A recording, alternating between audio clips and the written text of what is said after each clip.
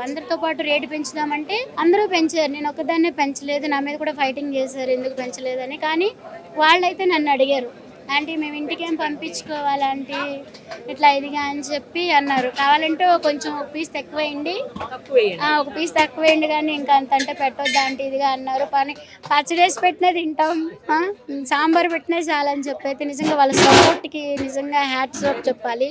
కానీ మరి వాళ్ళు నన్ను అంతగా నన్ను ఇది చేసినప్పుడు నా కష్టంలో కూడా నాకు అంతలా నాకు అండగా ఉన్నప్పుడు నాకు ఇప్పుడు నేను కూడా వాళ్ళకి నాకు ఉన్నంత వరకు ఇప్పుడు ఎంతకి ఇస్తున్నారు ప్లేట్? వెజ్ అంతే 80 రూపీస్ వెజ్ సేమ్. ఇంకా వాళ్ళు నన్ను 120 సేమ్ రేట్ పాత రేట్లే. కానీ వాళ్ళు నన్ను అడిగారు, వాళ్ళు ఆంటీ ఇంటికి ఏం మరి అది కూడా కరెక్టే కదా.